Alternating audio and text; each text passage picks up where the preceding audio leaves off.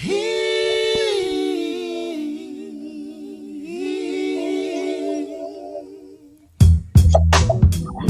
the capital to the continent, if it's in the black community, it's in the Love Lounge. I'm your host, Jamal DJ One Love Muhammad, and welcome to the Love Lounge.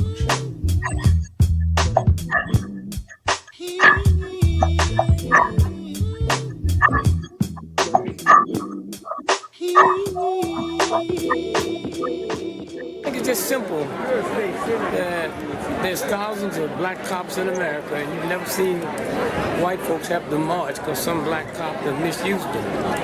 You've never seen no white people on TV say that black cop shot my son in the head 40 times. Now the question we ask, is that because we're more spiritual or better trained? No, black cops, no white folks ain't gonna tolerate it. And when we stop tolerating it, it stops. Ramarley Graham, they shot him. Alan Bluford, they shot him. Ken Chamberlain, they shot him. Ken shot him. Barry Simmons, they shot him. Bo Morrison, they shot him. Wendell Allen, they shot him. Justin Sip, they shot him. Scared rappers, be quiet. Scared preachers, be quiet. Scared leaders, be quiet. You in the presence of warriors. It said scared rappers, be quiet. Scared preachers, be quiet. Scared leaders, be quiet. You in the war with your face, boy. You boy, you boy, you boy, you boy, you boy, you boy, you boy. What's up, brothers and sisters, ladies and gentlemen, boys and girls, warriors, warriettes? Welcome to the Love Lounge Radio Show. I'm your host, DJ One Love, and it is June 15, 2021. Great show coming up. This week's topic is telling our own stories, and our special guest is the one and only Professor and Dr. Amy Tillerson-Brown. Dr. Tillerson-Brown, how are you doing? Doing good, and you? Welcome to the show. So proud to have you. And we are going to be joined by some of the usual suspects. We got Professor Joy, a resident professor. What's up, Professor Joy? Hey, happy to be back. Thank you for having me. No doubt. And then we got one of our resident doctors, Dr. Allison Agu. Dr. Agu, how are you doing? I'm wonderful. Hi, everybody. Good. And we're joined by one of my Love Lounge favorites, Mr. Calvin Michaels. How you doing, Michaels? Hello, how you guys doing? I'm great. All right, thank you, sir. And as usual, we got the Twitch squad in the house that is going to be taken control of and guided and steered by the one and only moderator, Mod X. Shout out to the Twitch squad. So anybody that has questions or anything, you can post on Twitch.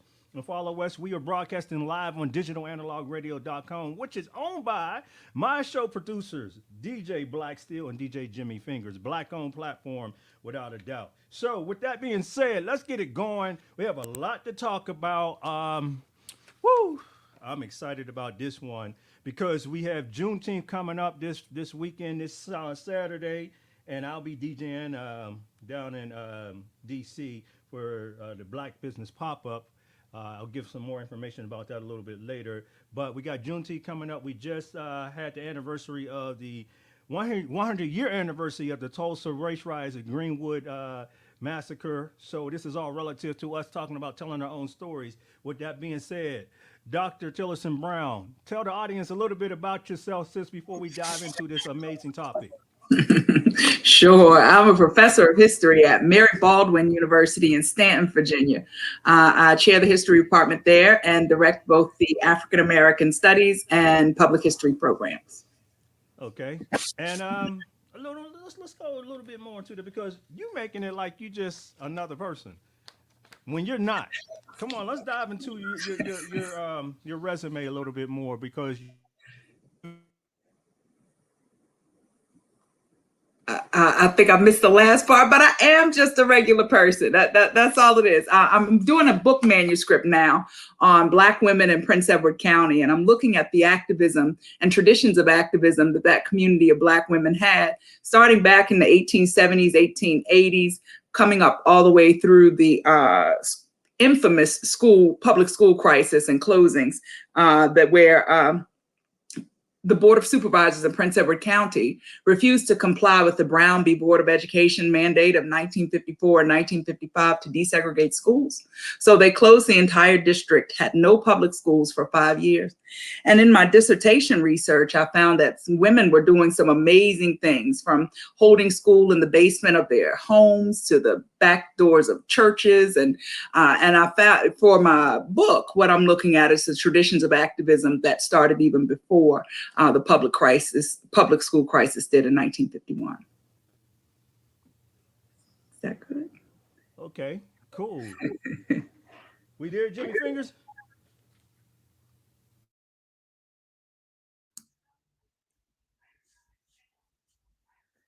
I think we lost him a little bit here. So, Dr. Tillerson, can you tell us a little bit about, how you kind of got started in African American studies? Well, yes, Professor Joy, I can. I grew up in the county where Professor Joy went to college, County, Virginia, and Longwood College is there. And I just was very aware, from the perspective of someone who lived in the community, of the public school crisis. But the stories that I heard didn't really represent the people that I knew. And so from high school to undergrad, that took me to Morgan State in Baltimore, I was just very determined to tell that story from the perspective of a Black woman who lived there, a descendant of people who were locked out of schools. And because I think that the questions that I was raising were adding dimensions to the story that no one has ever told before. So with the topic, telling our stories, that's one thing that my manuscript does. It tells the stories from the perspective of Black people. It centers the experiences of Blacks in ways that traditional scholarship on the topic does not. Yeah, that's great. I'm curious. Being that you grew up in Prince Edward County, were you able to see the effects of 5 years of an absent education? And was it just for Black people, or did it impact everybody all the way around? Well, the entire county closed down. So whites that were in the county didn't have public school either. But what they did have was a segregation academy, then named Prince Edward Academy. Around 1960, whites were able to enroll their children in that academy in a county that did not have public schools, with the use of education and tax credits. So this is basically state-funded tax credits, right, for these white families to send them to pay tuition at one of the segregation academies. So what made it personal for me was to know that my grandfather and my uncles and other relatives were paying real estate taxes in a county that their children could not go to public school in. But the grants could be given to white families to go to the segregation academies. So yes, the school closings impacted the entire community. All right, we've got about 1,750 Black kids, almost 2,000 Black kids, and under about 300 white kids, I guess, that did not have public schools and wanted to go to public schools. The rest of them could go to that academy. Did I see the impact of the school closings as a 17-year-old high school senior? No. In fact, this was a topic that we didn't even talk about in our community. It was almost as if, or in my home, right? We didn't talk about the school closings. It was almost as if we can't do anything about it. Let's just move on. I learned more about the county that I grew up in doing my dissertation research than I did having lived in the community for 17 years. Yeah. Wow. So, and I see we have Dr. A here and Calvin. So I know that DJ One Love is trying to get back up online. Oh, you're back on? Okay, well, jump on in. Yo, my apologies. I don't know what happened. I think it's a conspiracy. The forces out there that be just immediately cut off my internet. Real quick. The force is too great on here. Professor Joy was holding you down. You're good. Of course, that's why you're here. They can't do that to us. Hey, it's about the community. It ain't about one person. Trust me.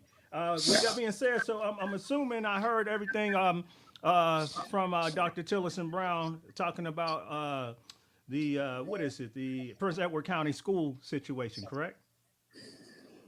Well, yeah, the little summary of it, right? Little summary of it, right. Yeah, little summary of it. Let me ask you this. because we're talking about telling our own stories, and the Right, reason I right, picked right, this right. topic is because lately in the conversations with a lot of people, we seen recently, and even talking to you on the phone last week, Dr. Tillerson-Brown, we've seen how President Biden has acknowledged the Tulsa race riots and the massacre, and we have Juneteenth now being accepted by a lot of people out there in the public. And I'm always suspicious when white America starts accepting us. I'm gonna just be flat out straight about it, because they have done that many a times and co-opted our struggles and profited off of it and watered it down, and then it becomes just a bunch of locking arms and we shall overcome, but there's no substance. It's all symbolism when it comes to them accepting us. So in one aspect, you want them to accept it and acknowledge it, but in the other aspect, you got to be careful, because palms are getting greased and people are making money off of it. Next, you got Absolutely. Hallmark getting paid off of our oppression. So Right. with that being said, who tells our stories? Who tells our Black story? Is you, as a professor and a doctor, in your opinion, who tells it, and why isn't uh, why is it told the way that it is told, the way today? And I'm trying to word it correctly, but I'm basically asking who's in control of our voices. Yeah. I definitely get that question. And the question, from an academic perspective, especially when we're talking about history, what do we see actually getting in those history textbooks? A similar or parallel question could be uh, who speaks for our culture, right? Mm-hmm. So even when we're thinking about the music industry and the cable companies, is what we see, what proliferates the media, is this really a representation of who we are? And I know that's going to depend on the we, and we could go a lot of different places with that. But in terms of history, Black history in particular, people who have told our stories have been those that have had power and sway in the publishing industry. Now, that's not to say that Black historians have not, since the 1880s, been attempting to tell the story. But because of the societal pressures, we see different waves and generations of this Black historiography that have bent to what sometimes these historians saw the demands and tolerance of white America actually was, right? We saw it in the Harlem Renaissance, right? What face, what is the Black face that's going to be put out front now? And what are the consequences then of being what we call our own authentic self? From the Harlem Renaissance, we look at Zora Neale Hurston and what happened to her, as one of the best. I still think Their Eyes Were Watching God is like the best piece of literature that exists to date. But, she died penniless, right? We live in a capitalistic society. And oftentimes, if we're getting paid, that drives what we're actually going to say. And the Black historians knew this. Sometimes they couldn't gain entry into the institutions of higher education that would actually deem their research interests even credible. My dissertation advisor, the late Rosalind Terborg Penn, had the audacity in the late 1960s, early 1970s to say that Black women actually have a history that can be told with the traditional historiographical method, right? So it's taken generations for us to get to the point where we could actually dispel the myth of the dark continent and prove, using the methods that historians have put in place, that we as Black America have a history and a story to tell. Now, with that said, even in connecting with Juneteenth, that's not to say that Blacks hadn't been telling their stories throughout. It's just that they hadn't necessarily been popularized and integrated into the larger narrative until very, very, very recently. Now, how do I connect that with Juneteenth? We got a state holiday. What is it? 5 states, I think Maine, decided yesterday to declare Juneteenth a state holiday. So now we're up to about 5, and I know that there are conversations to make this a federal holiday. But we know that Black people have been celebrating Juneteenth since 1866, right? So it didn't really take a state mandate in my mind to say now this is a state holiday for me to understand the significance of Juneteenth. And kind of piggybacking off of where you were going, DJ One Love, in the beginning, it does make you a bit skeptical now, now that this is a state holiday, now that it may be a federal holiday. Who is going to tell the true story of Juneteenth, and how is it going to be basically sold, right? Here we go. Calvin Michaels. Michael, reflect on that. I want to hear your opinion about that, brother. Kind of tying into what she said, I think that pretty much correlates with everything in regards to the fact that all of our narratives, we've always kind of almost had that in-house conversation that existed where you almost had that oral tradition of stories being told. And kind of, I think what I've seen as far as what we see as far as policy, because I saw that the Senate, I think they did approve the measure to make it a federal holiday. It feels that sometimes you're almost getting what I call symbolism nuggets, where when things are just chaotic and people really start to shake the table and ask questions, you always throw out a good nugget to kind of ease the tension. And most people kind of go back to, okay, we'll go back to business as usual and keep it moving. But I always say, like, with a lot of these conversations, and I hope I'm not jumping the gun, but even when you have like the current conversations around like critical race theory, and I just saw there was the parent group in Nevada that wants the teachers to wear the body cam so that they can ensure that no one is talking about anything too crazy in the classroom. I think one of the reasons why there's such a fear to have these conversations at a national level is because all of this correlates with the conversation of origins. If in order to understand why things are the way they are now, you always have to look at the origin of what happened then. And I think when you look at that and it gets to those answers, you recognize that what is happening is still happening. It's systemic. And then it leads to the next portion of, well, how do you fix it? And that's a conversation no one wants to have, which is why you have so many of these say, let's just not have it at all. Because if you keep digging, you're going to keep finding reasons. Everything from the wealth gap to housing discrimination, healthcare, it doesn't matter what it is. There's all some kind of very terrible, evil origin that you can link it to historically, and it's documented. And people don't want to have that conversation. So, okay, well, Juneteenth, come on, guys, free Macy's Day Sunday sale on Juneteenth, all the Black clothes are discounted, Black T-shirts, and, it'll be some symbolic thing. And so, it's great that Juneteenth is now going to be a part of the conversation. It's definitely something that is not in the history books. I'll be honest, me being from Washington State originally, I'd never heard of Juneteenth until after I got to Howard. And so I think that's the reality for a lot of people who live across the country, especially people who don't live in major metropolitan cities that are further out there where there's not an emphasis on ensuring that students or people have an adequate education that is well-rounded and not just told from one perspective that paints one group to kind of almost be the crafters of society, and everybody else is just lucky to be a part of the establishment or the experience. So I think there's a bunch of layers into all that. But like with everything that you all have been saying, yes, I'm excited to see that Juneteenth is part of the conversation. But there are those questions you have, like, all right, well, what's behind this, and what is the end result going to be, kind of. And we are definitely going to dig into critical race theory right after this. I just want to get the voices of Professor Joy real quick. Since you are a professor, I want to hear your opinion about this. Well, I just listening to Dr. Tillerson speak, it's just, I feel like I'm a student in the room. I probably would like to touch on the fact of the challenges of people wanting to communicate about their beliefs and owning their beliefs, and why, as I've mentioned many times on the show, this executive order from the Biden administration to really have these federal agencies look at their policies and their procedures and figure out why it's not reaching these people, these underserved communities. And so in many of the work that I do, I'm having these conversations with people who are feeling as if they're getting to a point just to be able to hear that their practices are biased or are prejudiced, and just being safe enough in the room for me to coach them to, can you imagine that someone would feel this way? And walking them down the path. I mean, we're going to need Dr. A in the room to give him a little cardiac resuscitation here. So, I guess just to both of your points, what are we going to do about it? How do we move the needle? There's so many layers of it all the way down.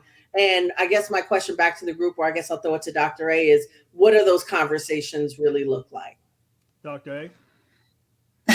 So I think to tie it back to your question, One Love first, is not that I don't care, but I don't care. I think it's performative. I mean, I really worry about that. I think, a lot of times we get so excited. Oh, we got MLK Day, go clean and go serve, go do something, right? And it takes our eye off of what we really need to talk about is things like reparations and fixing these things, right? And so it's like, well, but you got Juneteenth, right? So when I say I don't care, we so often as a people are looking to be validated. We needed to let, Juneteenth be recognized by white people. Who cares? It doesn't really mean anything. And to be honest, when I say it doesn't mean anything, in some ways, yes, there's some conversation, but at the same time, as Calvin, mentioned, we're getting Juneteenth, but in pretty much every state across the country, they're pushing back against critical race theory. They're pushing back against certain things. We're starting to see those things come back. And so, yeah, you got Juneteenth, but so what if it means that it's just a performative thing and we're still pulling back on all the things that we supposedly moving forward on? So, yeah, not that I don't care, but I don't care. That's great. But let's move forward and talk about things that really, really matter. It's kind of like giving us a Grammy. That's great. We had the NAACP awards. Let's move on. Let's think about and not take our eye off the prize. All right, this is the Love Lounge Radio Show on digitalanalogradio.com and twitch.tv/DJ One Love, which is me, your host, DJ One Love. And we're talking about telling our own stories this week. That's our topic. And our special guest is the professor, Dr. Amy Tillerson-Brown. And Dr. Tillerson-Brown, we're hearing the word critical race theory come up more and more. I'm studying these white folks to see how they respond. I was just listening to Dr. Claude Anderson last week. He was on I'm forgetting the brother's name show, but he was talking about Black history. He's talking about Juneteenth. He's talking about the Tulsa riots. He's talking about critical race theory, and he was asked why don't they have people like him to talk about these type of subjects, and he said because white folks are homicidal, not suicidal. And what that means is they're not going to do something that is going to destroy their existence, their status and power. So they won't have people such as yourself or Dr. Claude Anderson or Dr. Boyce Watkins, that's who show was on, or other Black intelligent leaders and scholars that know the truth about our history, know the truth about what we have been through as a people. But what critical race theory, what is your opinion on critical race theory, and what is your opinion on the way white folks are reacting? Because my opinion is basically what you all were saying is that this is basically putting a noose around their neck of their strength to hold of white supremacy and dominance over everyone. If the cat gets out the bag for their children to know the truth about what has actually happened, what they have done, how they have actually gained their power through the vicious demonic ways and practices that they have done for the last 400 plus years, then the tides will definitely change. But what is your opinion? I'm a fan. I'm a fan of critical race theory. Critical race theory, you see many Republican-led governments, especially on the state level, that are working really hard to get any discussion. It's like critical race theory is the buzzword now, right? So if anything is critical race theory, it must be bad. As if it's a new thing. Critical race theory is as old as we are, right? It's not a new phenomena here. It basically tells the truth of this history of our nation. And that truth is that racism is its bedrock, right? Exploitation is its bedrock. It tells that story in unequivocal terms. Critical race theorists, some like Derek Bell, one of the forerunners of this whole academic discussion, is steeped in legal theory as well. And I think if I had to encapsulate it in a sentence or two, it would be basically that the Constitution was a pro-slavery document. I'm not sure that anyone can really deny that, right? And so if the Constitution is a pro-slavery document, who in their right mind looks to that document that was written for the sole purpose of keeping Black people enslaved and subordinate as some pinnacle of freedom, right? By the 1950s, 60s, 70s, 80s, and even today. So it kind of deals with that almost facade, right? This dream that that America really has a place for people of color that would put them on equal footing socially and economically with white America. That's just not how it started, and that's not how it's going to end. Basically, is what critical race theorists I think say, and definitely an old academic theory, right?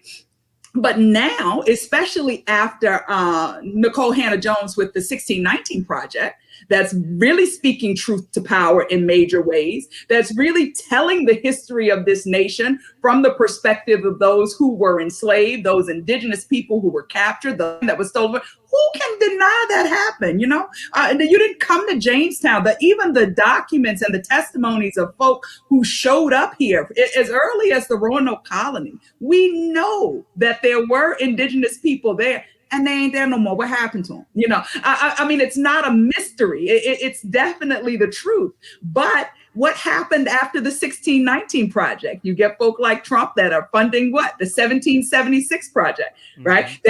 We don't want this history told, right? And that's really white supremacy at its best. No one can learn history if it makes white people uncomfortable, right? And that's, I think, why critical race theory has come under fire. Critical race theory, from the perspective of those scholars who have contributed to the field, from Derek Bell to Kimberly Crenshaw to Delgado, all of these different people, they are telling their stories and they are telling their truths. And their truths can be backed with historical evidence, which makes it my truth too. Dr. Joy. I love it. Professor I love Joy, it.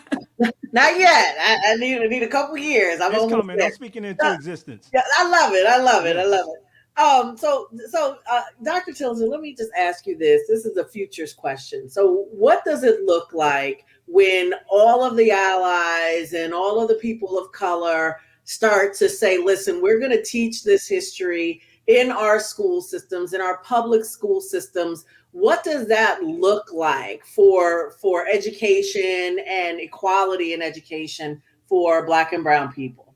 Well, what that does is dispels the myth of American exceptionalism off top, right? That what that does, it most immediately is dispels the myth of American exceptionalism, but all the negative stereotypical notions that have us today in 2021 accepting the disproportionate low scores in math and English for Black people and people of color, right? The disproportionate discipline rates, especially in K through 12 education, that all contribute to this opportunity or achievement gap. They have been explained away historically with the negative stereotypical notions that Black people just ain't as smart as white people, right? And that same notion is applied to the criminal justice system, right? When we have 13% of Black people in, let's just say this great, I'm in Virginia, in the Commonwealth of Virginia, but almost 50% of them are incarcerated. What do those statistics suggest to people who don't want to admit that racism is at the bedrock of the nation? It suggests that they're more inclined to criminalistic behavior, something that we know is not true. But when we start telling these stories, teaching this truth, speaking truth to that power, then it makes those whatever scientific or historical justification for Black inferiority has been used and sustained throughout this country, I think that some of those things come down. But in the same breath, what I also know is that education, as we understand it, isn't going to be the salve to heal race relations either. I'm thinking about the close of the Civil War, right? 1865, passage of the 13th Amendment. We've decided as a nation that there is to be no more involuntary servitude, but catch this, except in the case of what? Criminals, which is why we have the situation that we have now. That's correct. But after even the closing of this Civil War, there weren't too many Black people that were petitioning the Freedmen's Bureau looking for a book, right? They weren't necessarily looking for education. What were they looking for? What if you can imagine yourself one of the 4 million newly freed slaves who get the word that you are no longer legally enslaved? What's the first thing you're trying to find? Your family, right? You're trying to get land to make a living. These people didn't really care that much about the education that we got, right? When we talk about being hoodwinked and bamboozled. Now, listen, I'm a proponent of education, got the student loans to prove it, and the PhD behind my name, right? So education, I support it. I definitely support it. But what these Blacks were looking for at the close of the Civil War was first, can you run me that check, right? How about you put me in a situation that basically compensates me for the labor I've given you for all of my life, right? The 40 acres and a mule was real to some of these people, but that's not what they got. And what they got instead was, here, let's go set up these schools. What we got after the murder of George Floyd and everyone taking to the streets in the midst of this COVID pandemic, right? Masking up to say that structural racism must go, and George Floyd's murder by Derek Chauvin and the other 3 officers who were equally as complicit through their silence. We need something done. And that something, I think, is evidenced by the proliferation of the solidarity statements, something that I hadn't seen before in my lifetime. Yes. We're riding through suburbia, seeing all of these Black Lives Matter signs in white. That's something I hadn't seen in my lifetime. And we got Juneteenth as a state holiday. Yes. And we had a whole bunch of Amazon and Black Lives Matter movies. Am I making too much? Macy's is gonna have their sale, right? Yes, indeed. I'm glad you brought up what you said about you haven't seen in your lifetime. I'm going to tell my age. I'm 51, and I've been an activist since I was a teenager. So that's going into the mid 80s. So once I read the autobiography of Malcolm X, and I said I got to do something. And so I've been doing something ever since then. But I've seen a change in things for the last, I would say, 35 years, 40 years compared to the last 5 years. I've seen a change and I would say a progressive change in our favor that it seems minuscule, but it's actually, to me, monumental, because I've said all along that, white supremacy is only going to last for so long. And rest in peace, Dr. Oh my goodness, I'm drawing a blank. Welsing. Frances Cress Welsing, thank you. Dr. Welsing was my mentor. I studied up under her for years and learned so much from her. And she said it. She said, this can only last for so long. And white people know that they are on their last stand, similar to Custer, because evolution is taking out them. They just can't compete biologically with us. They can't do it. So this is why you're seeing these projections of America being Black and brown, being the majority of the people by 2050, et cetera, and how you see the birth rate is always dropping in Europe and in white America as well, while it's always going up for Black people, for brown people. And the Black people, it would be who knows how many if they hadn't killed off so many of us via slavery, via lynching, via prison industrial complex and cracking and just causing fratricidal circumstances. But with that said, I want to talk about, and we talked about the history of school, how history is taught in schools and so forth, but there's this thing called the single story. And I don't know if you're familiar with it. I want to play something that's a little lengthy, so I need y'all to bear with me because it's really, really extremely relevant, I should say, to this show right here. And it's by, what is it, Chimamanda Ngozi Adichie? Is that correct, Dr. A? Yep. That's correct. Good job. Now, I'm going to play this. This was a TED Talk that she did recently. She did a song with Beyonce not long ago when they did the Black is King thing. A beautiful song. I'm going to play this. It's a little lengthy, but afterwards, I do want to hear your opinion about this, Dr. Tillerson-Brown and the rest of the panel here. I come from a conventional middle-class Nigerian family. My father was a professor. My mother was an administrator. And so we had, as was the norm, live-in domestic help who would often come from nearby rural villages. So the year I turned 8, we got a new houseboy. His name was Fide. The only thing my mother told us about him was that his family was very poor. My mother sent yams and rice and old clothes to his family. And when I didn't finish my dinner, my mother would say, "Finish your food. Don't you know people like Fide's family have nothing?" So I felt enormous pity for Fide's family. Then one Saturday, we went to his village to visit. And his mother showed us a beautifully patterned basket made of dyed raffia that his brother had made. I was startled. it had not occurred to me that anybody in his family could actually make something. All I had heard about them was how poor they were, so that it had become impossible for me to see them as anything else but poor. Their poverty was my single story of them. Years later, I thought about this when I left Nigeria to go to university in the United States. I was 19. My American roommate was shocked by me.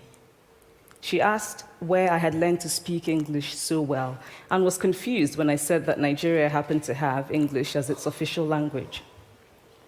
She asked if she could listen to what she called my tribal music and was consequently very disappointed when I produced my tape of Mariah Carey. She assumed that I did not know how to use a stove. What struck me was this: she had felt sorry for me even before she saw me. Her default position toward me, as an African, was a kind of patronizing, well-meaning pity. My roommate had a single story of Africa, a single story of catastrophe. In this single story, there was no possibility of Africans being similar to her in any way, no possibility of feelings more complex than pity, no possibility of a connection as human equals. I must say that before I went to the US, I didn't consciously identify as African.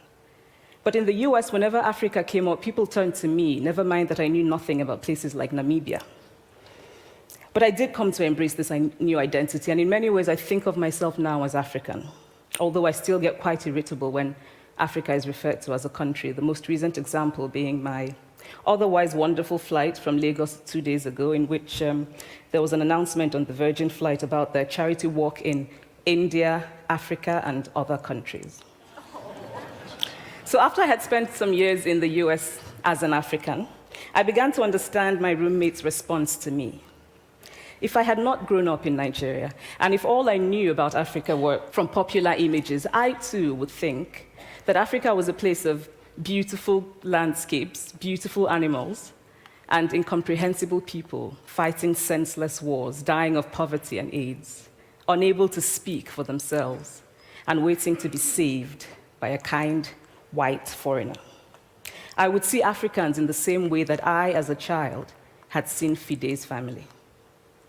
This single story of Africa ultimately comes, I think, from Western literature. Now, here's a quote from the writing of a London merchant called John Locke, who sailed to West Africa in 1561 and kept a fascinating account of his voyage. After referring to the black Africans as beasts who have no houses, he writes, "They are also people without heads, having their mouths and eyes in their breasts." Now, I've laughed every time I've read this, and one must admire the imagination of John Locke. But what is important about his writing is that it represents the beginning of a tradition of telling African stories in the West, a tradition of sub-Saharan Africa as a place of negatives, of difference, of darkness, of people who, in the words of the wonderful poet Rudyard Kipling, are half devil, half child. And so I began to realize that my American roommate must have, throughout her life, seen and heard different versions of this single story. As had a professor who once told me that my novel was not authentically African. Now, I was quite willing to contend that there were a number of things wrong with the novel, that it had failed in a number of places, but I had not quite imagined that it had failed at achieving something called African authenticity. In fact, I did not know what African authenticity was. The professor told me that my characters were too much like him, an educated and middle-class man. My characters drove cars. They were not starving. Therefore, they were not authentically African. But I must quickly add that I, too, am just as guilty on the question of the single story. A few years ago, I visited Mexico from the US. The political climate in the US at the time was tense, and there were debates going on about immigration. And, as often happens in America, immigration became synonymous with Mexicans. There were endless stories of Mexicans as people who were fleecing the healthcare system, sneaking across the border, being arrested at the border, that sort of thing. I remember walking around on my first day in Guadalajara, watching the people going to work, rolling up to tears in the marketplace, smoking, laughing. I remember first feeling slight surprise, and then I was overwhelmed with shame. I realized that I had been so immersed in the media coverage of Mexicans that they had become one thing in my mind, the abject immigrant. I had bought into the single story of Mexicans, and I could not have been more ashamed of myself. So that is how to create a single story. Show a people as one thing, as only one thing, over and over again, and that is what they become. So, deep story. That's deep. Because I feel as if that is what we are determined as, that we have a single story. And it's because we don't get to tell our stories, because we go by the narrative of slavery is where we started, and then everything from slavery, with Jim Crow, black codes, redlining, civil rights, et cetera, all the way up, crack epidemic, to today with Black Lives Matter. So, Dr. Tillerson-Brown, I would like your opinion on that and the importance of us having to tell the diversity in our stories and not having to be one single story. Oh, absolutely. That's definitely important. Just as, and not that I'm using white America as a model, but it's kind of ironic, for lack of a better word, that we as Black people have been expected to operate as a monolith when no one else does. you know what I mean? Exactly. No one else does. I think back to interviews with the great Toni Morrison, right? And you have white artists who are interviewing her and they're asking her, well, when are you going to talk about race? As if, Blackness is not a race. But what they really wanted to know is, well, when are you going to write about white people? As if it's necessary to incorporate them into the conversation so as to qualify or validate the topic that's under study or in discussion at that point. But how important is it to tell our own stories? It's vitally important. Anything else is fraud. It's like people making money in the rap game, talking about, or in the gangster rap game, let's put it that way. So that's what I grew up on in the 90s, right? And don't know anything about inner city life, right? It's a fraud to tell a story that you cannot connect to, that's really not relevant to you. And you're basically singing a song that you've heard. And it's also got to be incredibly miserable. Right. And I'm thinking back to the literature, Autobiography of an Ex-Colored Man, Toni Morrison, again, with The Bluest Eye, where Pecola Breedlove basically goes crazy in the end because she's aspiring to be someone that she never can be and not being happy in her own skin. But being happy in your own skin gives you the agency, the ability, and the authority to tell your own story in true and authentic ways. So it's a lot. It's not just as simple as we need to tell our own stories, right? And it's just gonna say, but we've also got to make sure that we shield ourselves from the negative messages and images that have told us since our great grandmother's generation that we are not worthy, right? That we don't necessarily have a story to tell. So fortify ourselves, right? In our homes, in our communities, in our families. And then I think that better equips us to tell the story with more force and vigor. So, but the story is Marcus, I important. would like your response about that.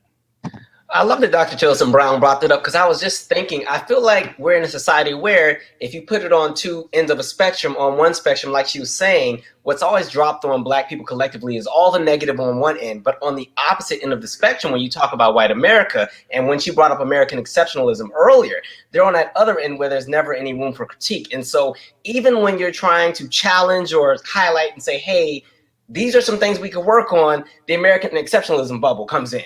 And then for us, anything that we kind of make an argument about, there's always a term for something. So even when you talk about the idea of critical race theory, you notice any conversation dealing with race or the origins now goes into the critical race theory box. The same way that they created the race card or race baiting or the term victimhood. And so when you go back to the idea of American exceptionalism, I always look at it like, remember back when big screen TVs came out back in the 80s, and if you had one top notch, the big Zenith boxes that took up the whole wall. And so if you had it, it was the greatest thing ever. I come to my house, we're going to watch the boxing match. All right. It's almost like I look at American exceptionalism as you still have that same TV from 30, 40 years ago. You never got a new one. And so this big box that you had was so great then, but in 2021, you can't stream on it. It's not a smart TV. It doesn't even have, it doesn't have the plasma screen. It's still the pixels and everything else like that. It's taking up too much energy. It's taking up the whole living room. But because it was so great 40 years ago, you're holding on to that and you refuse to grow. And so anytime somebody else says, well, I can just get you a new one. This is the best. This is where we are as a country, where when you constantly try to highlight the flaws that exist collectively in the United States, we latch onto American exceptionalism. The presidents and politicians do it as well. So one of the things I've always noticed, just personally in the last 20 years, as you've watched the country kind of go downhill as far as economics and the wealth gap, the one thing that will always happen, no matter how terrible things are, whoever's in power will always say, but the one thing is America's still the greatest, most powerful nation in the world. Cool, but for how much longer? How many times can you keep saying that? And you're watching other countries build and create whatever they have and redo their infrastructure. All of our bridges are getting a D- rating, and we're still holding on to how great we were 60 and 70 years ago, allegedly. So I think with what Dr. Tillerson-Brown was saying, it's like, yes, so within the spectrum or the element of the Black experience, we have to also do our best to not only see what's told about us negatively, but not also look at what a lot of white Americans deems as the standard. Because I think when you operate, and I'm speaking from the lens of how white America sees themselves most of the time, when you operate from the lens of being the standard, you never have to challenge yourself because you think everybody's supposed to adjust to do things how you do it and how you see it through your lens. Professor Joy. I call that the self-reference criterion that, you if you don't do it my way, then you are wrong.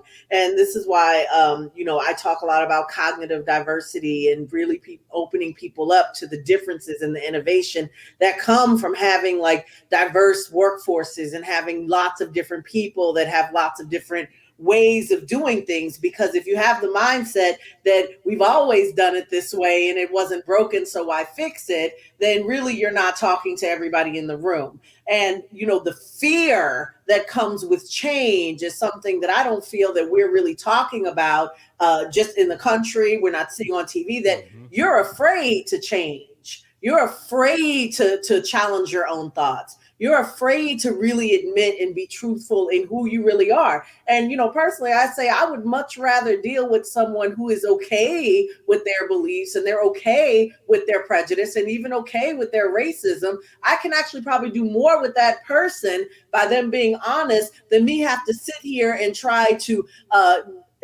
diagnose you to a degree, if I can use that word in this context. So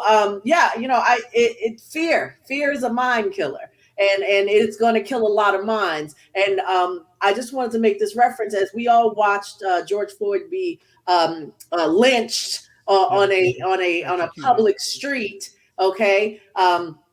Executed, lynched, however you like to reference it, that didn't sit well with many people, including white people. But there are so many instances where people see things and don't say anything. And they go to work and they say, that really wasn't fair. That really wasn't right. It made me uncomfortable. They do nothing. But, I'm thankful that at least everybody here had the equal experience of being traumatized to the point that they had to say something. Because what I'm hearing Dr. Tillerson say is that we haven't heard the stories. We were afraid to speak. We did not know if our stories would be protected. But now we are now coming with a level of courage to actually speak and to speak with authenticity and to stand and gain as many allies as we possibly can. And once that train gets going and your language and words start moving, it's hard to get it back.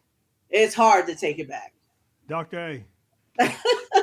Yeah, except I think it's rolling back. I mean, and not to be the naysayer here, but I think just like people were felt guilty, et cetera, and we can talk about white guilt till the cows come home. But I think George Floyd was so blatant, right? It was so blatant. But you look back. I think we talked on this show.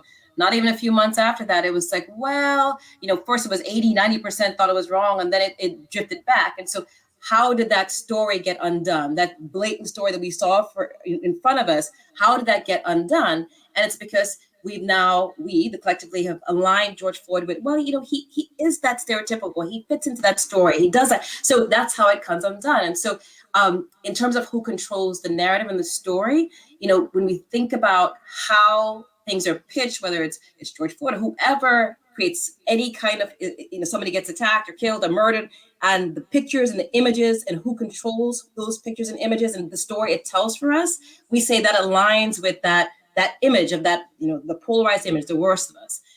I think the danger of that is that a lot of times for us, we then say, well, as we aim to be the best, we're better than that horrible story that's told of us. So we are comparing ourselves to the worst of that story. And if we're better than that, we accept that.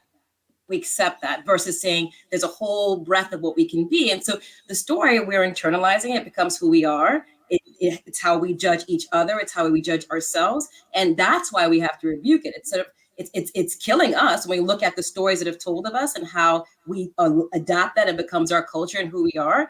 And so it's not just the story and what it does to white people, but it's what it does to our people and how we accept and how we grow or not grow. So I know I am feeling that we're not done with our stories being told. And while we're saying we're owning them, taking it back to Juneteenth, when now they take over that story, I'm really curious to see what it's going to look like in a year or 2 years with the Hallmark cards or the service that's going to be linked to that or whatever. Like, who's going to say, what's the story of Juneteenth for us, right? So that's, the skepticism, I have it. And I think we have to take it back and say, we're still going to take the story we've had and go with it. Thank you for owning the story in your part. We're going to rebuke that version that you're telling for us. We'll still own our own. So Dr. Tillerson-Brown, I want to go back to the classroom, and this is an interesting perspective. And I was listening to Karen Hunter's show on Sirius XM, excellent show. Her and Loree Daniel Favors. I'm big fans of the sisters because they are right in line with the same mindset that I have when it comes to white supremacy and America and history and information and what Black people have to do. But this one person that they had on the guest today and even on a Favors show last week, it came up how in school systems, when we're taught history, and that's your background, in many classrooms, especially if you were in a mixed classroom with white students or majority white, and you may have been the one only Black kid or a couple others, when they taught the history of slavery, they taught it in a context as if white people were still good. And they taught it in a way that when they would teach history of slavery and that our people were slaves and the things that we did, whatever they want to say, us being in bondage, us fighting for our freedoms, us being, I don't know, combative, whatever it may be. They all talked about how the white students would look at the Black person and the Black person would feel guilty or feel ashamed. And I remember that feeling that way, feeling embarrassed and not wanting to be associated with that. But the crazy part is, they should be the ones that should be feeling goddamn ashamed. And they're the ones who should be sitting there like putting their heads down at what they did to us and the Native Americans. And instead, we're the ones who are feeling ashamed about it because of the way it is taught in our school systems. And we're the ones who are embarrassed instead of being proud and saying, look at all the uprisings we had. And we fought back like crazy and we continue to fight. And despite all that we've been through, all that you put us through, look at us still excelling today, and we have persevered, and we're still better than y'all at almost every goddamn thing except being homicidal maniacs. So I would like your opinion on that. Gosh, you said a lot. You said a lot. I'll tell you some things that are coming to my mind just listening to you talk, and I'm with you. There are two major points. One, Stockholm syndrome, right? So I don't know if it was fear or if it was this, and respectability politics, right? When we're trying to get at why then it might be that certain Blacks don't necessarily want to make the white people feel bad. Oh, I don't want to hurt your feelings. Oh, I understand. I'll accept the fact that you had nothing to do with slavery. Let's just let it go. But that has happened a lot, when it comes to always eager and ready to forgive. what's that saying that says the perpetuator never repents, but the person who's been degraded always forgives. But those, and then this idea of respectability politics, right? So maybe the student in that class doesn't want to align themselves with the Nat Turner. And look at how the story of Nat Turner has been told and retold and misconstrued, right?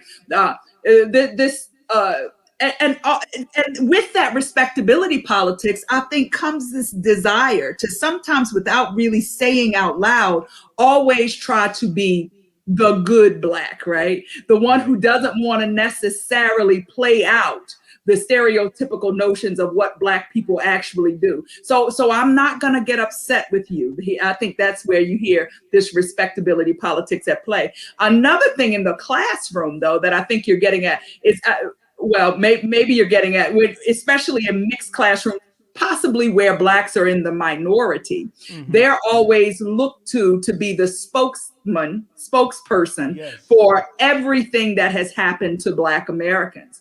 And that, I think, is a mantle that we don't need to accept. Just like if you're in a classroom and you're talking about World War I, the expectation isn't that someone, because they are white, will know the intricacies of World War I, right? We shouldn't accept that burden. Also, I think as Black Americans and educators need to check themselves sometimes when they're doing that too. But yeah, it's hard out here. It's just hard. And in the areas and situations that seem to be normal, where students who are not Black, right, can go into classrooms and breathe no matter what the conversation. I remember teaching the Holocaust, and I didn't have any white people who felt the least bit guilty.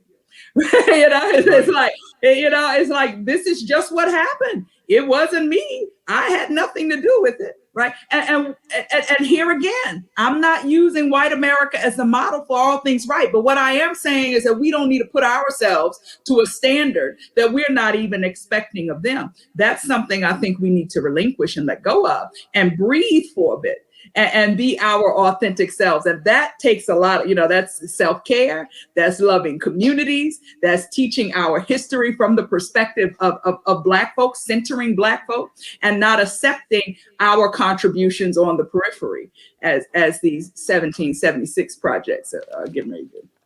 Absolutely. All right, we're about to go into the second portion, hour number 2 of our show. This is the Love Lounge Radio Show on digitalanalogradio.com and twitch.tv/DJ One Love. And that is me, your host, your guest is Professor and Dr. Amy Tillerson-Brown. You are the professor of history and history department chair at Mary Baldwin University in Staunton, Virginia. And I want to go into another history lesson. So we talked about it, and you've heard it in the news come up so much more, and that is the Tulsa Greenwood Black Wall Street massacre, the anniversary of that. And Professor Joy, I'm telling you, I'm speaking into existence. You're gonna be that. You're gonna be that, Doc. Trust me, Professor. I got it. I just got to start. I want you to join in as well on this, and everybody else on the panel. We have Dr. A, our resident Dr. Allison Agu, and we have Kevin Michaels as well, longtime attendee of the show. But I want to talk about why the story of Black Wall Street, whether it be Tulsa or be Durham, Wilmington, Rosewater, any others, why is that so important? Why is it that this needs to be taught to our people? And we should all, as Black Americans first, know these stories, and then the rest of America should know as well.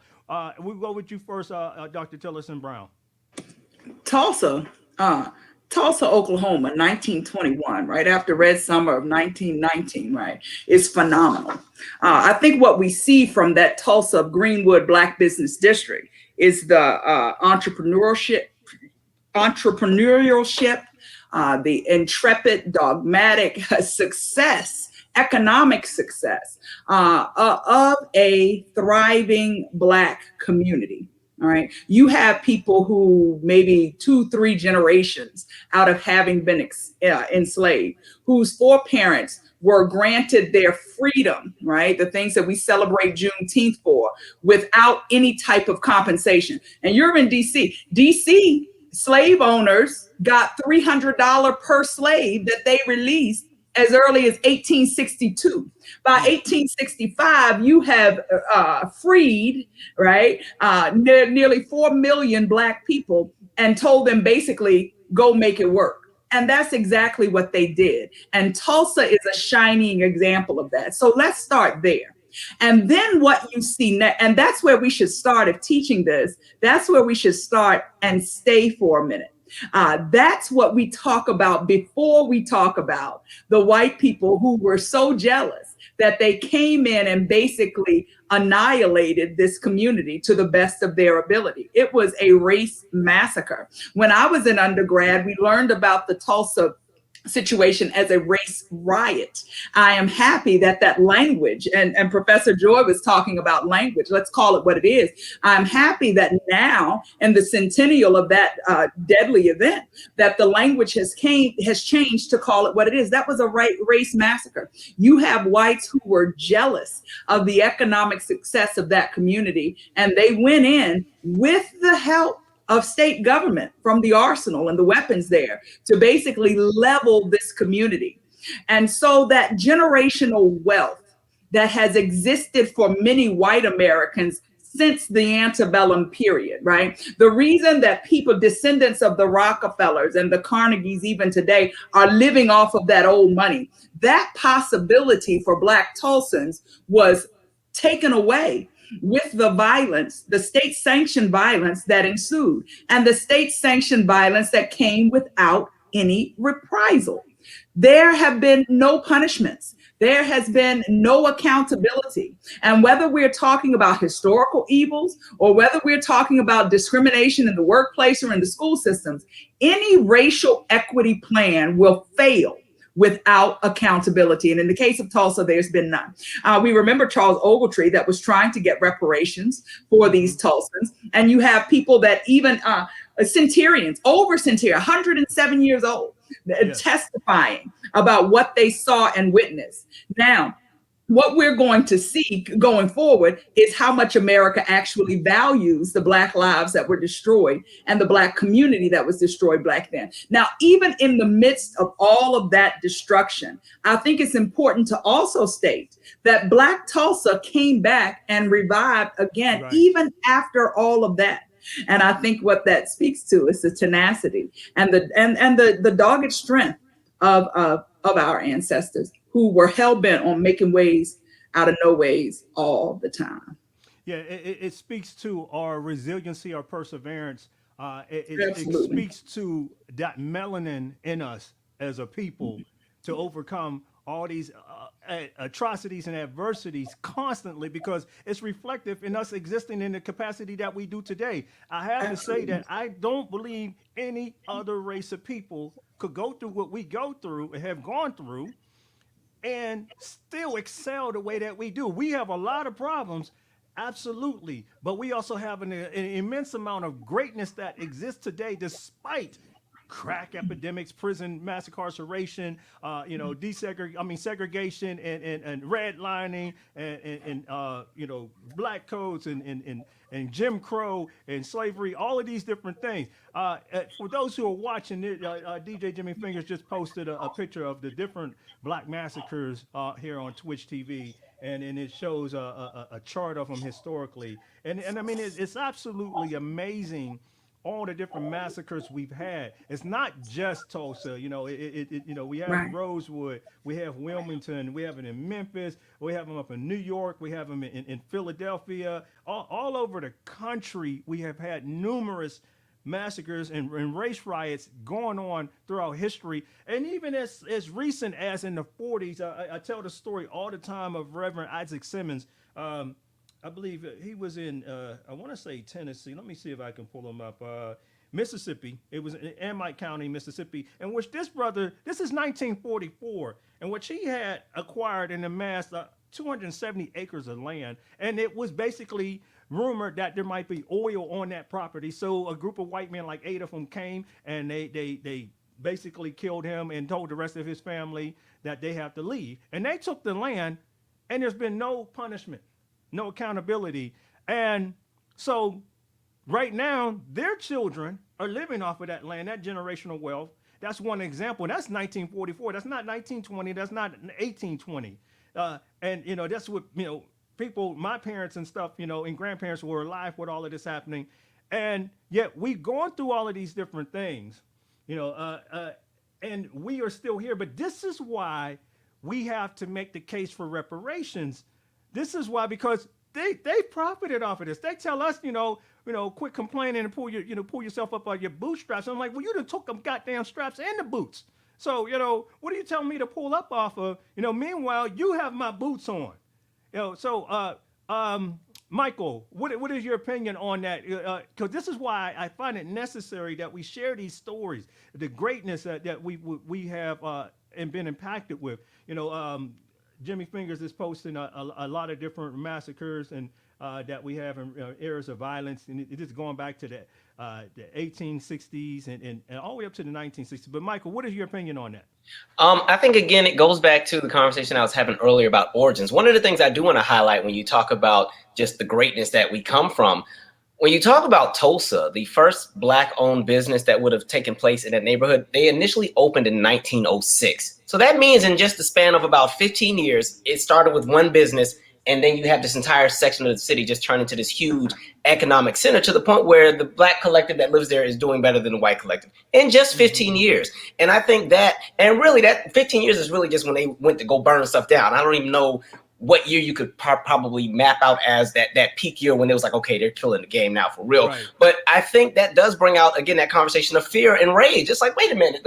So you mean to tell me that in an era where there's no job security, in an era where, again, because this is also still the farming era, but this is also the time period where a lot of Black farmers were not eligible to be a part of the USDA program. So you like Black people who don't get any of those resources, there's no kind of childcare, none of that, no 401k, none of that. And in 15 years, they built all of this. And mind you, my ancestors on the other side, they've enslaved you people. We done sharecropped you people. We done stole all this land. Because even if you look at the initial origins of Tulsa, that was stolen land, because the original founders of Tulsa, they were able to latch on to the blood quantum laws to get the deed to buy land and create Tulsa. So even on stolen land, you still got outperformed by people you tried to oppress in the span of less than 15 years. So I think things like that brings out that initial rage that exists. And when you were talking about the conversation around bootstraps, it goes again where I think with history, at least in the K through 12 realm, because no matter, even if people never really get the luxury to go to additional realms of education, most people at least get some kind of a K through 12 experience. But I think in that realm, when it comes to history, it has to start to become taught through the lens of things being systemic and not everything of the past. Because what happens is people think we've overcome it. Kind of goes back to what Dr. A was saying earlier, where when you brought up the George Floyd situation and how everybody was all on board and just give it a little bit of time, people move on. It's kind of like when you saw the protests in the summer of 2020, everybody was all enraged, and then all it literally took was, one cop takes a knee, and then everybody then brought out the music and the DJ and we electric slide, and because we have overcome. It's always taught like we won, we did something. People don't see these issues as something systemic. They think it's just, a random isolated incident. So once they've done the bare minimum, all is well, and they don't want to talk about it anymore. So going back to a lot of these massacres that took place, I think most people had never even heard of Tulsa until after 1999, when the survivors finally started speaking out, because it was something that was pretty much erased in the history books. If you look, I think I had it in my phone. I wish I would have found it earlier, but even when you look at the newspaper articles from the following day, the way that the articles that are put out about that riot, it's, 2 whites were killed in an attack. We're not going to say, okay, we killed up to 300 people. And on top of the fact, they also got imprisoned and incarcerated. So the ones who just lost everything that survived, not only have you lost your family members, now you're going to jail. You just woke up, your house is on fire, and now they got you at the state fairgrounds incarcerated. You don't know what happened. And so it's just like layer after layer. And then the part that, going back to Dr. Tillerson-Brown and what everyone's been saying, is even after all of that, we still here. And it's like, we're not trying to tell you to find new options and new ways, but dang, just at this point, take a hint. Let us be great.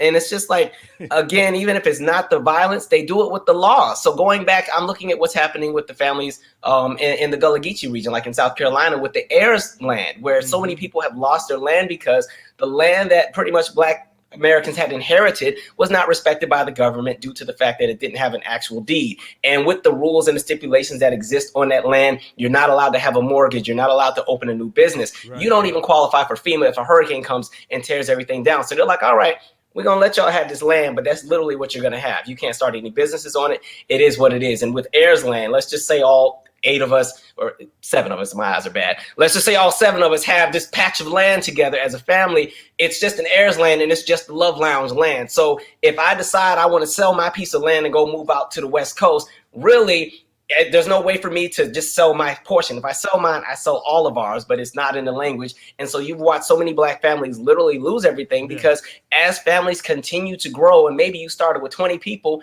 go 3 or 4 generations, and now you got 120 people. All it takes is one person to want to go do something else. They get the bad language and they thought they sold their half of an acre, and they just sold the land for 120 people. And then they play these games, and next thing you know, there's a shopping mall there. And then we're told it's all in our head. We're being that victimhood. You need to take accountability for yourself. So it's layer after layer. That's why I say with history, go always to the origins. There's always going to be a conversation of origins and a system that keeps that origin in place. So I didn't mean to rant, but I got my feelings.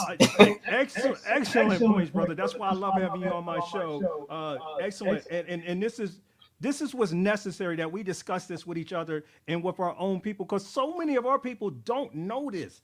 They don't notice. We accept this story of us being mediocre, and that we are the way that we are, and this is just how we are, and then this carries over to our own brothers and sisters from the Caribbean and Africa seeing us this way without knowing the true history of Black America. And then they form these biased and misconstrued opinions, and then we have to be on our P's and Q's to educate them on what has actually happened to us. Dr. Please add on to this. Yeah, no, I think, to be honest, I always say that I am Caribbean American. I grew up outside of the U.S. and I'll be honest, I didn't hear about Juneteenth till I was a resident. Like I was a resident in after I'd finished medical school, I was a resident, and someone invited me to a Juneteenth party, and I had to look up what it is. I never heard it in school coming here. I didn't hear it back in Nigeria. Never heard it, so I didn't know it. Tulsa, hearing one is, okay, you hear about a few. When I saw that map, I was like, wow, this is what systemic looks like, right? It is everywhere. It's almost no part of the US that's untouched. And it's a riot, et cetera. Every one of those, hundreds of Black men primarily were killed, right? And then tons of land were taken. And that land was then passed on to people who have passed it on to their generations, et cetera. And so when we go back to reparations and all that stuff, I'm like, well, let's just start about with who has the land that was taken from those people then? Let's talk about even that, right? So I think what happens is we have to tell those stories, back to your question, and the truth. Because if we don't start with the truth, we have things like, yeah, that was then, this is now. Well, then is now, because that land that was lost then passed on. And that's why those people who have that land now are saying, well, why haven't you all ever done anything? Not realizing that their grandfather, killed your grandfather and took his land and passed on. And that's where the gap, et cetera, exists. So it has to be told, because it's a hoodwink that they thought they were just doing for Black people, but it's actually affected everybody. So the stories have to come out, and putting that map together is key, because again, the Jedi mind trick that it's taught us and those our kids, et cetera, is that, well, we can never be anything. Actually, we were lots of things, and they've come after us and come after us and come after us. And I always say, between a flower and a weed, what do you want to be? It's a weed. A weed will continue to grow through whatever crap, whatever, and continue to flourish. And we are those weeds. And eventually, weeds are beautiful flowers. Believe it or not, many of our flowers are weeds. So, thanks for sharing that map. I think we need to I saw the snap, but we need to share that and need to talk about it. It's not just Tulsa. It is everywhere. And those are the ones that we know. I mean, I think Boyce Watkins and talked about the maroon towns, the ones that we don't know about. And then the one-offs. How many, 12 years a slave that shoot go in a land, kill somebody, take the land, no repercussions. And those are the single massacres, right? You got to get to was it 10 or 20 before you have a massacre? How many were 5 or 2 or whatever, that even the whole map would be dotted with it. So that's why we have to continue to tell the stories and own the stories, or else we're going to say, oh, that was just one, and we need to move on. We can't. Professor Joy. Oh man, so much great information here. I'm just sucking it all in. This is so great. When I'm thinking about what happened before Tulsa within that community and how they pooled their resources together to build this community. And I feel like this is one of the pieces that we are just losing, or we've lost our way in some aspects of our community. I grew up in Virginia in an affluent neighborhood. Okay, there was a Korean family who lived in the cul-de-sac across the street, and one day he told me that every single one of his uncles and aunts owned a house in that cul-de-sac. And I said, how did you do that? How do you all live on the same cul-de-sac? He said, in their language, I'm probably mispronouncing, it's called a K or a key, and that they all pooled their money together and bought the youngest sibling a house. And then that each sibling bought a house so that all of them would have a home in that neighborhood with no mortgage and no debt. And so when we're talking about like this concept, we already have this, right? It's in us. It's in our ancestry. It's in us to be able to build these type of communities that we can be resilient, that we can have an expectation of excellence for the communities that you want to build, that you can drive your kids and your people and everybody around you has this expectation that we will thrive together in this space. You know, this is the piece of it. This is the piece of it that I want to see. And this is the piece of it that I want back. And, you know, Dr.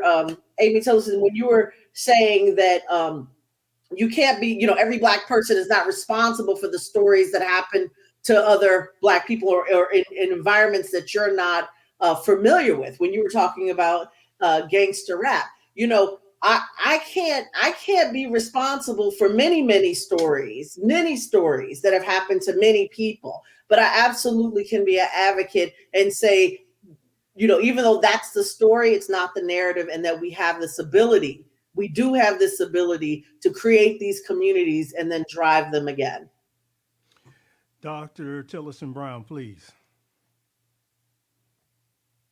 Oh God. Well, you're right. We do have the ability and the responsibility to tell our own stories and tell our own truths. And if I can circle back to Juneteenth, that that's coming up on Saturday. I think that when we're thinking of the history of Juneteenth, right, and you have General Granger coming into Galveston on the 19th of June, 1865, reading the special order number 3, basically saying that now you're free. You know, when we're thinking of telling our own stories, what is the story we tell of Juneteenth? Do we say that enslaved Africans in the southern states had been freed since January 1, 1863 with the Emancipation Proclamation? Is that true? Is that the truth? I'm just, can someone respond? Is that what it is? Is that it? Is it? Or do we say that Juneteenth is a celebration after Hallmark has a Juneteenth card already? Do they for real? See, I told you. They do. They do. I I'm mean, looking at it all now. you got to do is look at the patterns. 2 for 1 special, one sale discounted. Mhm. Yep. You know, Special code type Juneteenth to 706. there you go. There you go. What do they say? What's the text of that card, Dr. A? What does it So say? it came up on my Facebook feed. I got a message, mahogany cards. Juneteenth is coming up, and we can't wait to get to celebrate it. Hallmark's vice president of diversity and inclusion honors Black pride and heritage with her family. People talking about it, bought 3, bought 4, whatever. So, you know, celebrating diversity. Hallmark, which bought mahogany cards, right? So which was Black and now Hallmark. So it's already, here it goes. Yeah. You know, so I need a moment. There you go. It's gonna be Hallmark and African Pride hair products. You know, all Yep. the white-owned blackface companies.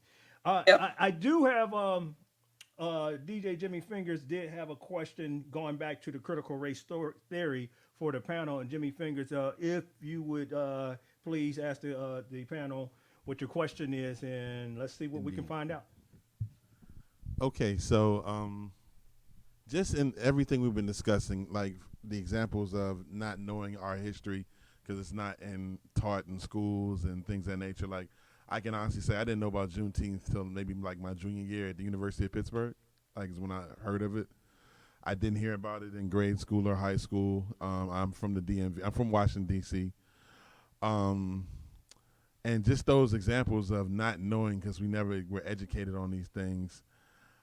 And I also think about so much of the education that we don't get in just critical thinking and understanding things. How much do you honestly think the title critical race theory plays into people not trying to accept it? Because there are a good number of people, when they hear theory, they just hear idea. They don't understand that a theory is an explanation that is supported by facts and research and used to explain principles to explain something.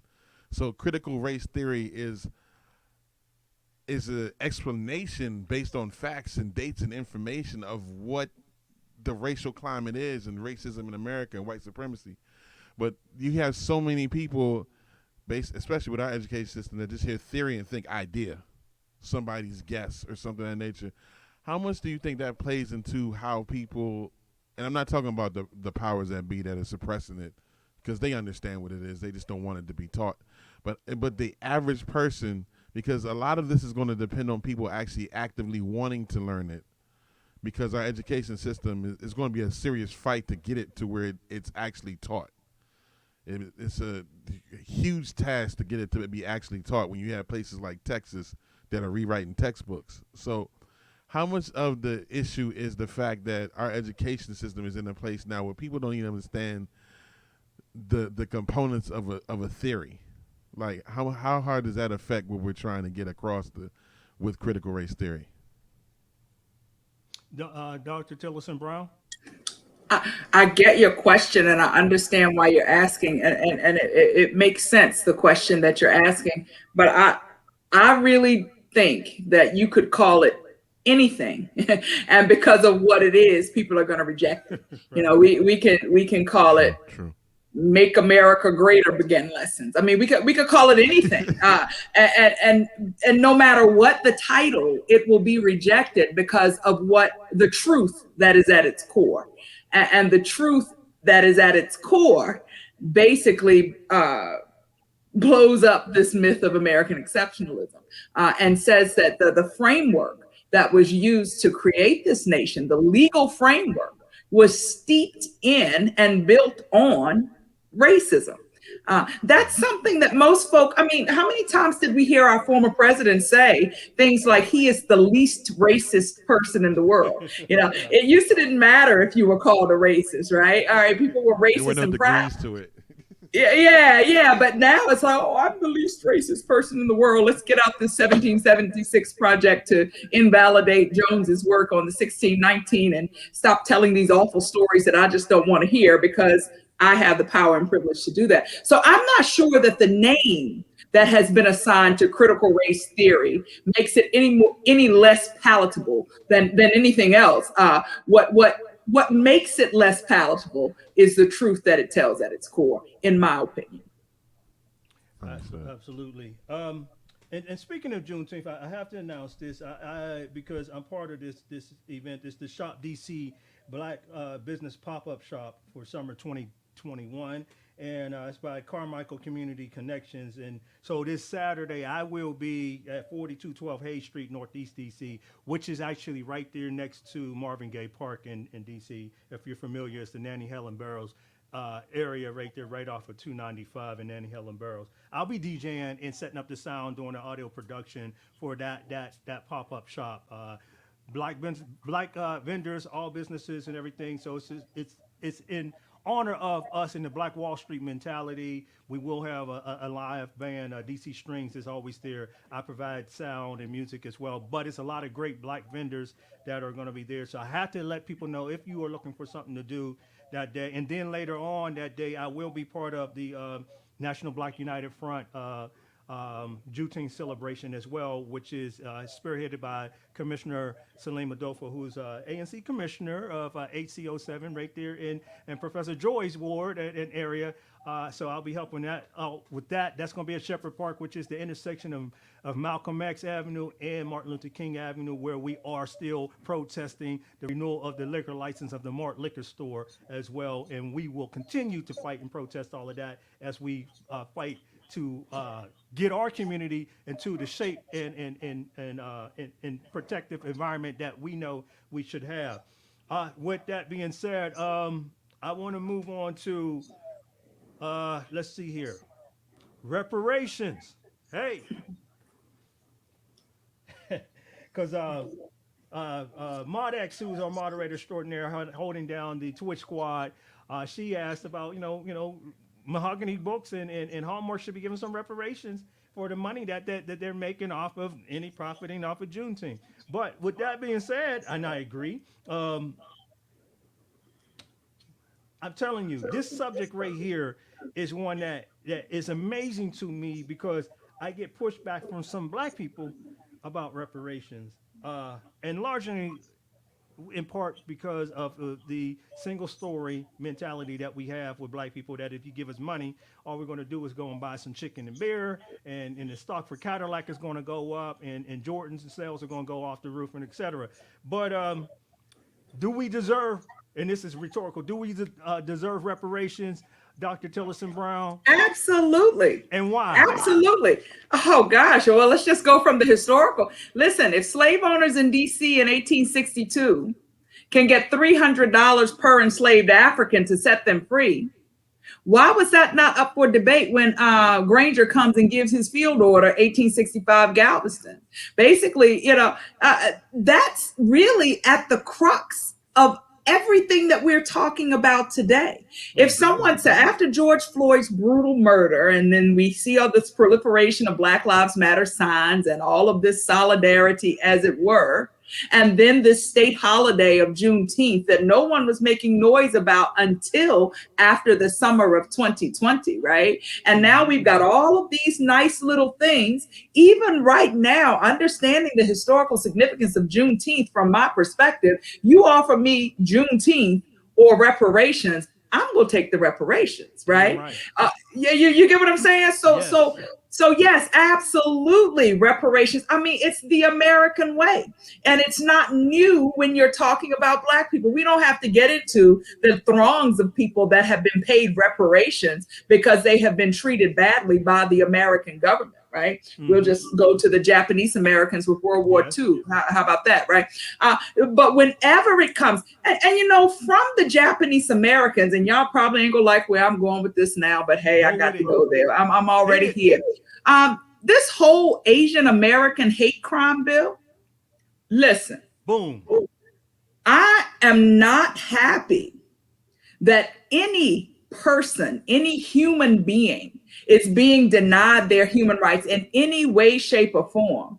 But what I'm reminded of when Vice President Kamala Harris made the announcement that there would be an Asian American hate crime bill now that has been put into effect, she was one of the same people, along with Senator Cory Booker and others, who, 2 years ago, wanted to push through the anti-lynching bill, and Rand Paul from Kentucky was the vote that voted that down.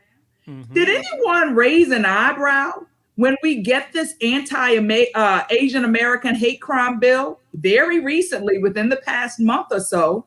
But that anti-lynching bill that started as early as 28 still hasn't been passed. What is the message? What should we as Black Americans understand with that stroke of the pen? We should understand that they don't give a damn about us. That's what we should understand. And it should be clear to Black America. They don't give two craps about us. I don't like cussing on my show, even though you can do it. I prefer not to try to stay professional. But the bottom line is they don't give two craps about us. And it shows over and over again through their actions. The hell with their symbols.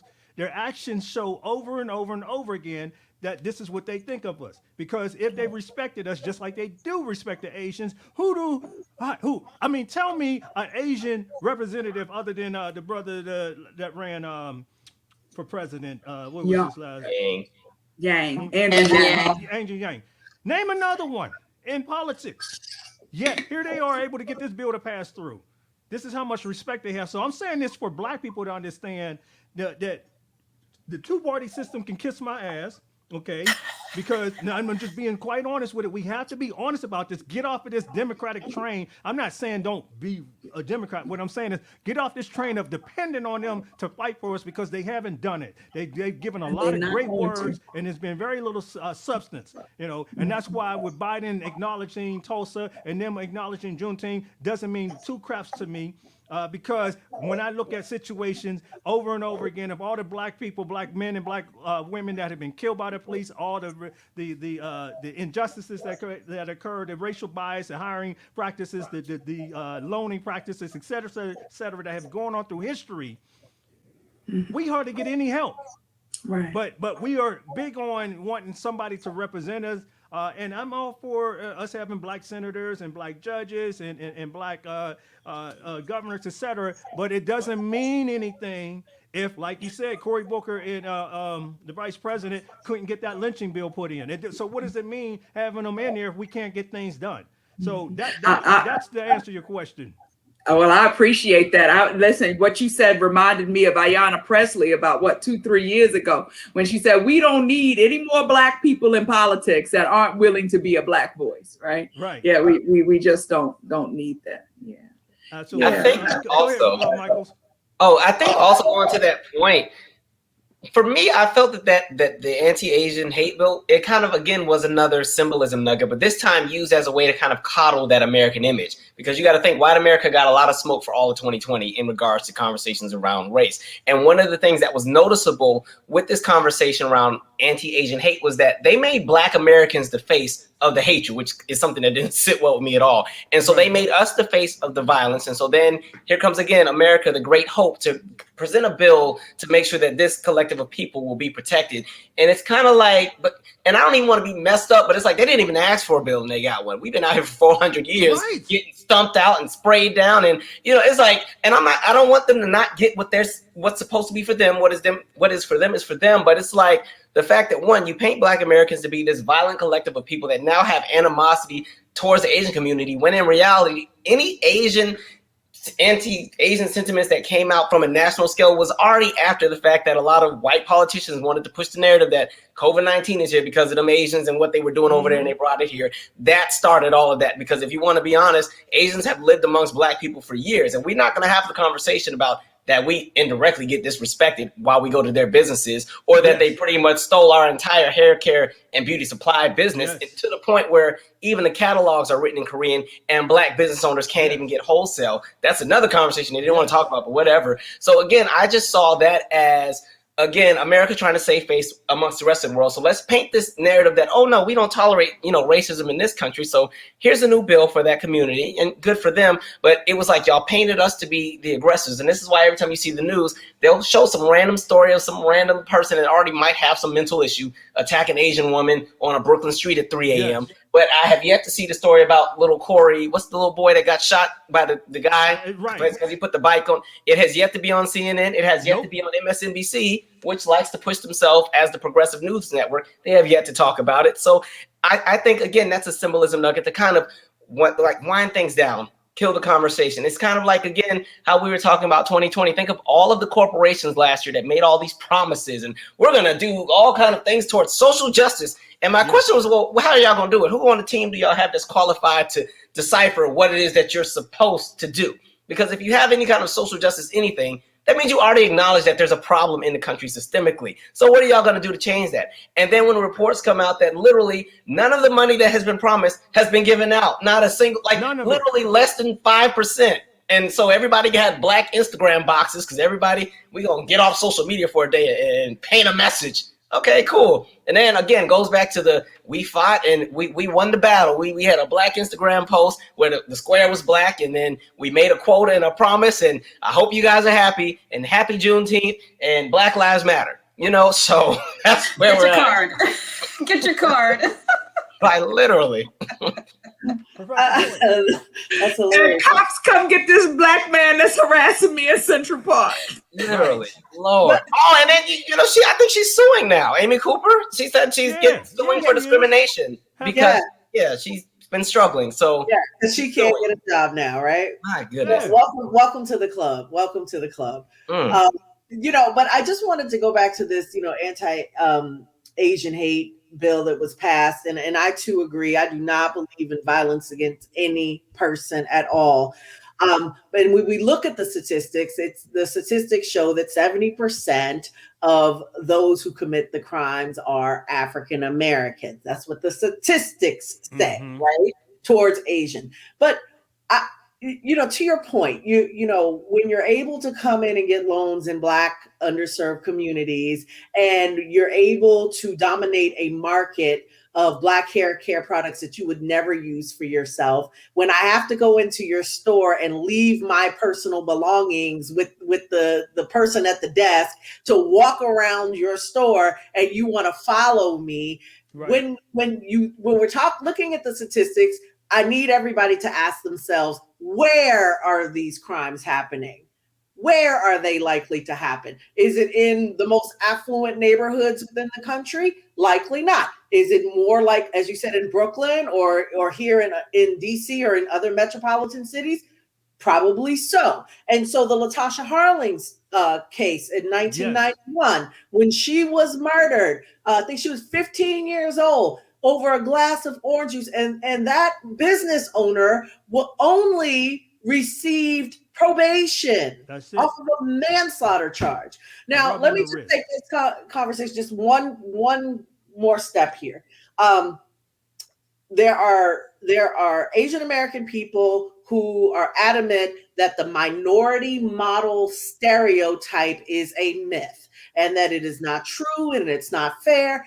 But when you use a stereotype to your advantage, all right, to get opportunities that oppress others, and there's no accountability in that, and like you said, Calvin, you don't even ask for the bill and get it, there's levels and levels and levels of problems to this. So I agree with what everyone has just said, but you know, we must keep forward in the work.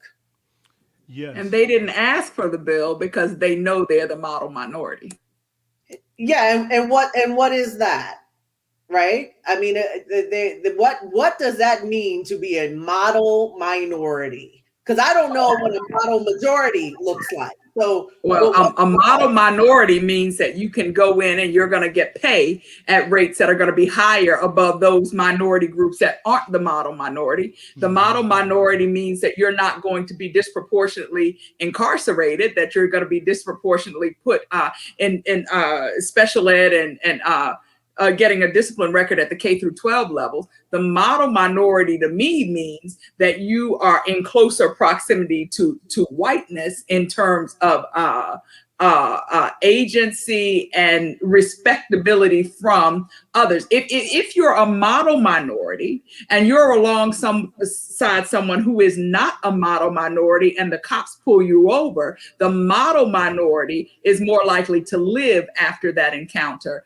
than someone who is not the model minority, just from the basic level. That's one thing I see. But, let me say this. Go ahead. Now, what I want to say on my show, and I want this to be clear, I'm not associating myself constantly as a minority.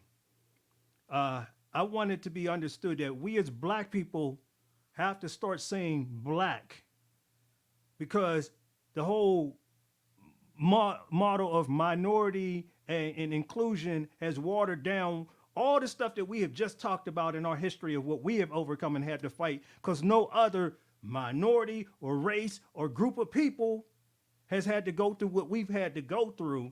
And then what happens is then we talk about minorities, you know, even we say Black and brown. And with respect to the Latino population, they have not gone through what we have gone through. When I look at the numbers, when I look at prison incarceration, and I look at the numbers per capita of the amount of Black men versus Latino and white men are being arrested and incarcerated like 800 and let's say 50 per capita every 100,000 Latinos, it would be something like 2,230.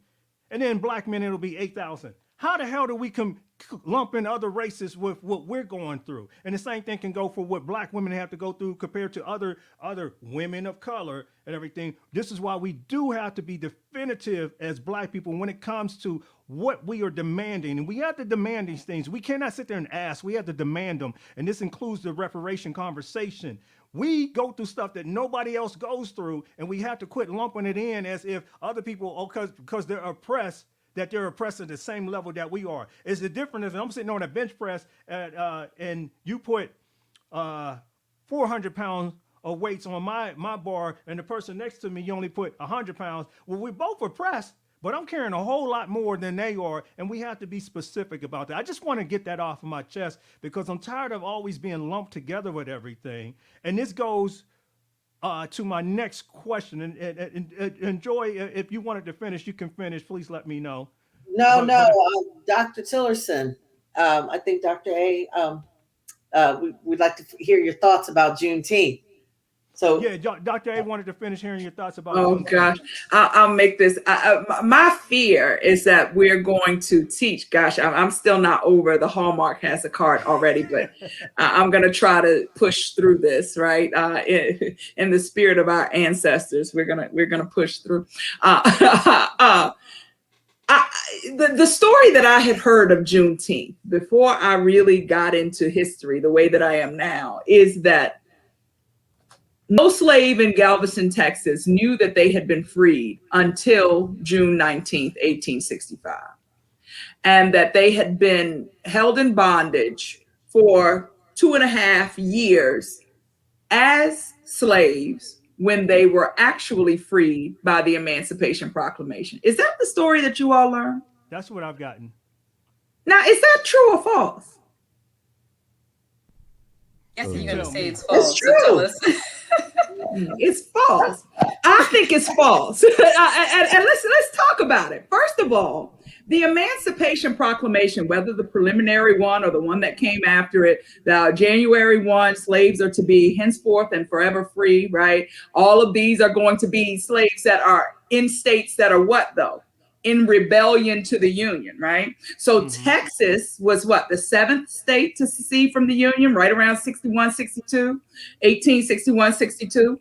And so by 1863, they were in a state that had aligned or that was a part of the Confederate States of America. So they were in rebellion to the United States of America. Right. So did Abraham Lincoln have any political sway over, did Abraham Lincoln have the bandwidth to dictate policy in Texas in 1863? No. Okay. So were slaves in Galveston, Texas in 1863 actually free? No. Exactly. So then by 1865, when you have General Granger coming in with this field order number 3, and people are telling the story of Juneteenth as if they had, one, not heard anything about the Emancipation Proclamation, which I don't think is true, because Galveston, we know, is an island, right? It's a port city. It means you're bringing those ships in and goods are going out of that place. So slaves that are there working to bale the cotton, right? Or to herd the cattle, which were the 2 cash crops that came out of Galveston or Texas at that time. I am sure that they heard stories of the Emancipation Proclamation. And most of them were hired laborers, which meant that a big plantation from the mainland, whites would hire the labor to come and do whatever task they had to do on that island.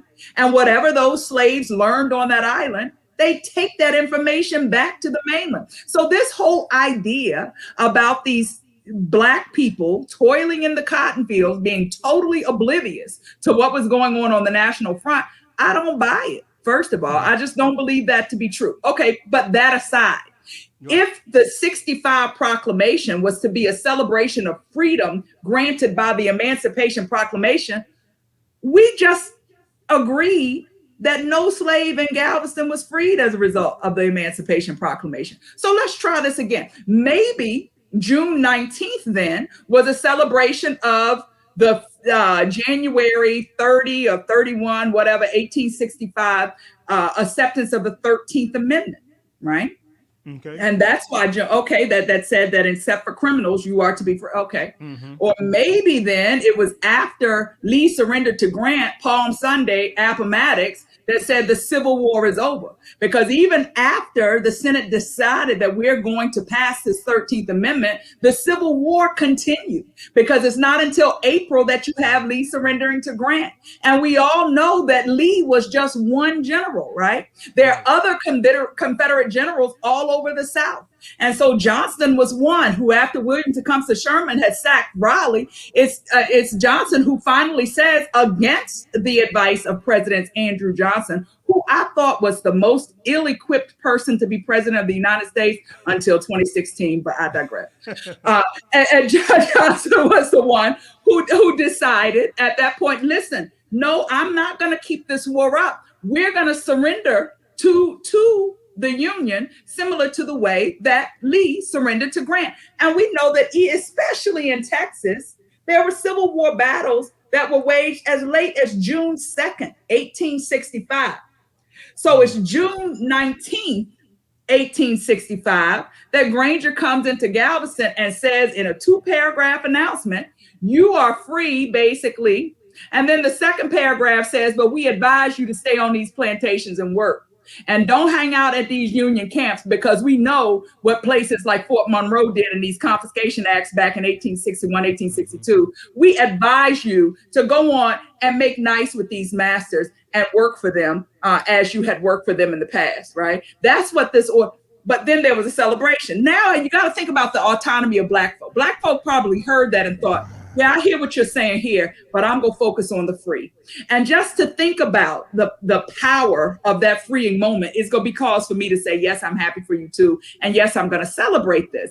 But the whole idea that these slaves in Galveston had no notion of the Emancipation Proclamation or freedom or national politics. I hope Hallmark gets that right in their little cards while they're talking about diversity and all that other stuff. Dr. A, I'm still blown about that, man. I think I might need a cocktail. And this is why she is the professor of history and the history department chair at Mary Baldwin University. I've taken so many notes tonight in my little phone. I'm trying to tell you, brother. And this is what I love about it. Hey, Professor Joy, I'm a student as well as an educator at all times. And this is how we all should be. This is why we have her on, Dr. Amy Tillerson-Brown, the professor herself. She's dropping jewels and teaching us some lessons. And this is important. And we need to pass these things on. Now, I'm going to go to my last really real question. And I just want your opinions on it. All right. Brown versus Board. We have desegregation, whatever you want to call that. But I have long argued that in many ways, Black people were better off segregated. I say that, I'll go to my deathbed with that whenever Allah takes me, that we were better off as a people segregated, because when I did my research and looking back at it, okay, yeah, you allowed me to go into the restaurant. You allowed me to go to the parks and even drink at the same water fountain as you, go to the same schools as you. But let's talk about your school, Dr. Tillerson-Brown, Professor Joy, Dr. Agu, Calvin Michaels, and anybody else. We talked about the story about being taught slavery and being the Black kid in the classroom embarrassed. But we don't talk about the fact that when they did desegregate and allow Black students, and I talked about this on my show last week, how we had to be bused to these white schools and everything, the Black schools closed. It was something like almost 100% of Black principals and vice principals lost their jobs. Black nurses, Black janitors, Black teachers, Black faculty were no longer needed. That's just in the education system. What about all the other realms of life? Black bus companies. Dr. Claude Anderson talked about that in his book Powernomics, and all these other black businesses that existed that went downhill when desegregation was put into place. So I'm gonna go with you first, Dr. Tillerson-Brown. Desegregation versus segregation. Let's weigh what was best for black people. Yeah. Well, in retrospect, we can look back on it and definitely lament what was lost, right? And look at the legacies of both the 54 decision and the 55 decision, all connected with Brown. But as you're talking about what lost, right? When schools were desegregated, and I appreciate your use of the term desegregate as opposed to integrated, right? The black schools are the schools that lost. The administrators from these historically black schools did not go into, by and large, these white schools and take their principalships back. When they did go to the white schools, they were often the assistant principals, right?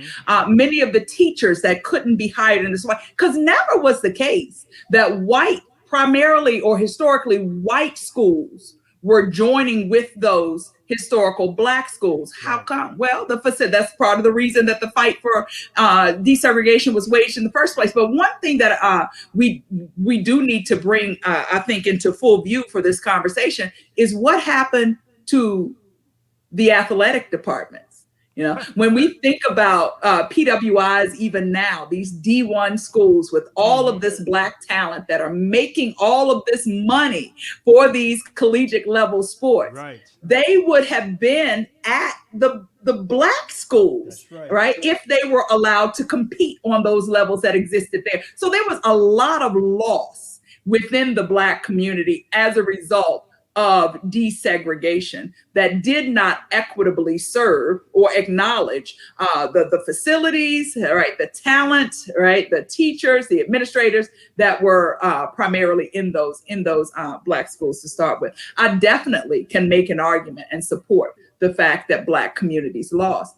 But then I'm thinking of a former professor of mine from Virginia Tech, Dr. Hayward Farrar, who's been deceased now for about 5 to 8 years, who said when integration happened, in the minds of blacks, white people's ice water was just colder than theirs. Right. You couldn't pay black people to stay out of white stores, right? You couldn't pay them. Now I'm thinking of Carter Woodson's Miseducation of the Negro, published in 1933. No matter how much a black store owner, a meat cutter, would wash his hands, in the minds of other blacks, his hands just wouldn't be as clean as the white people's hands, right? Right. And now I'm thinking of the Prime Video, Amazon Prime. Did you all watch them? I can't stomach it.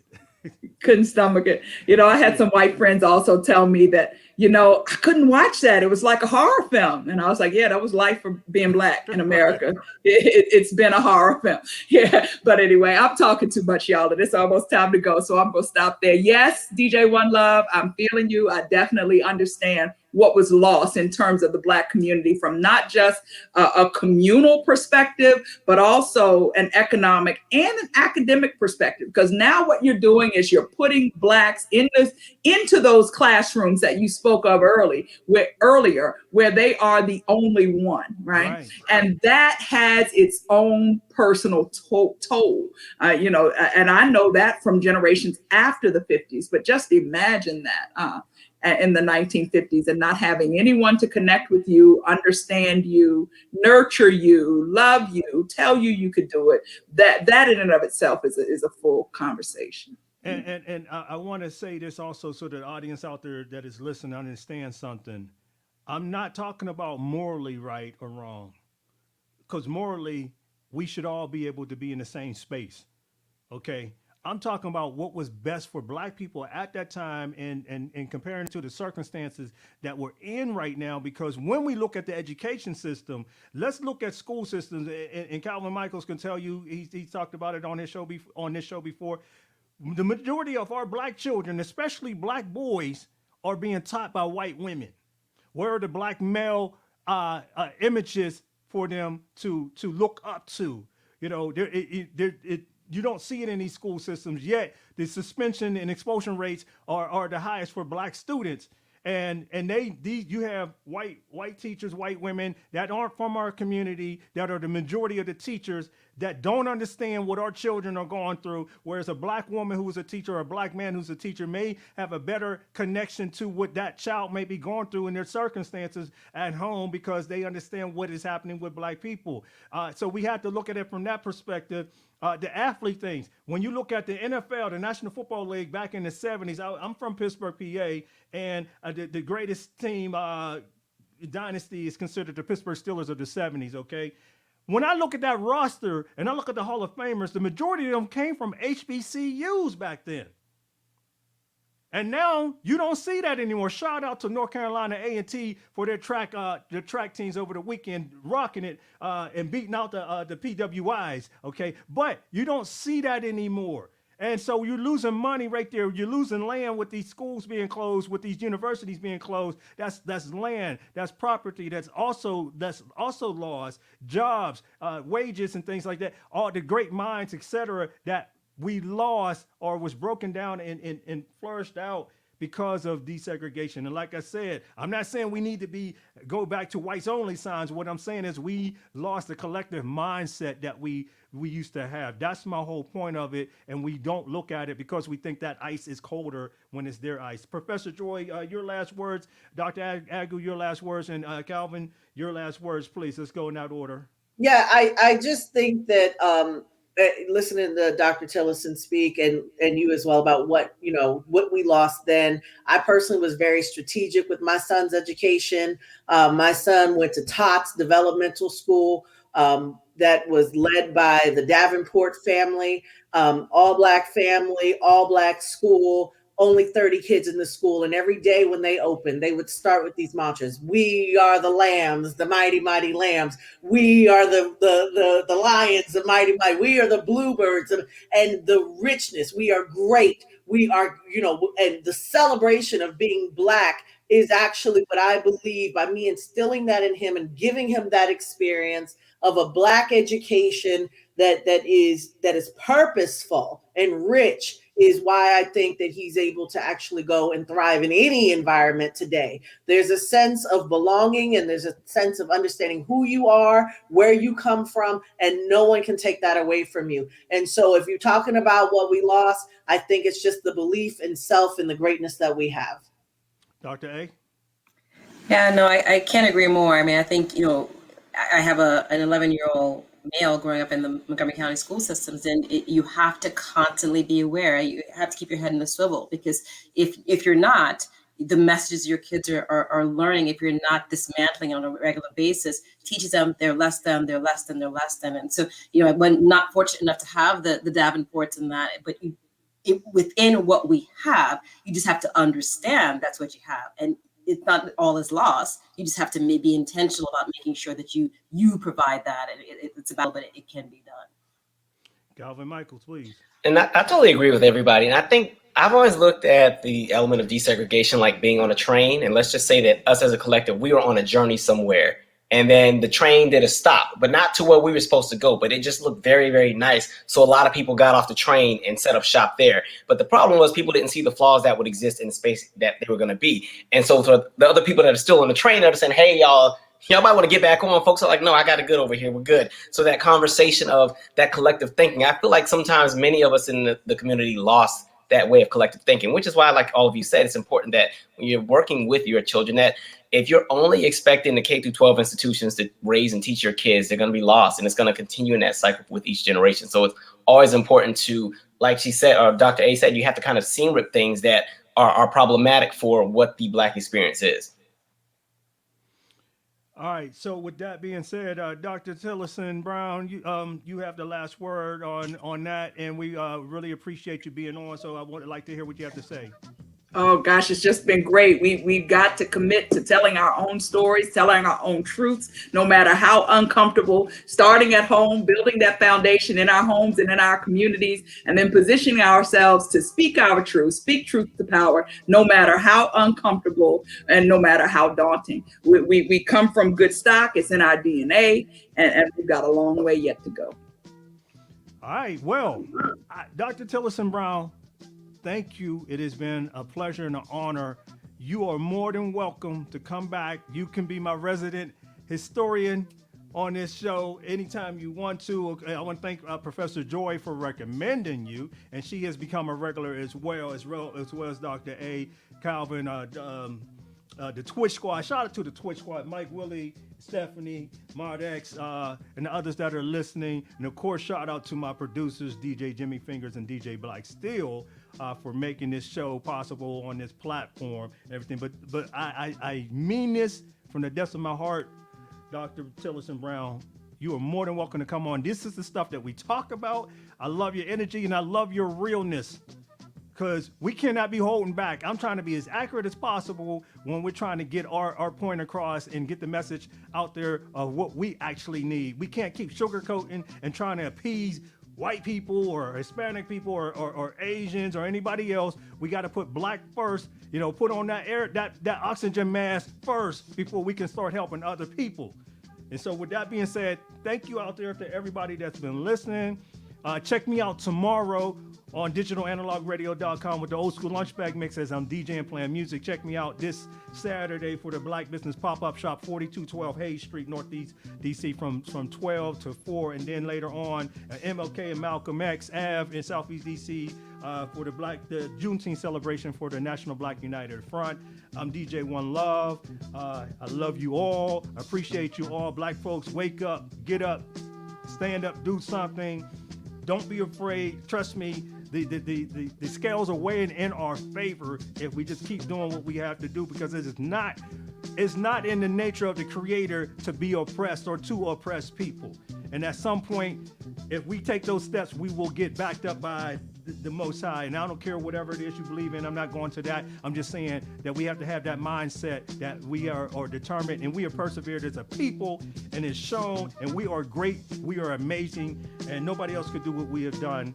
I'll catch you all next week, and thank you once again. Peace. You will not be able to stay home, brother. You will not be able to plug in, turn on, and cop out.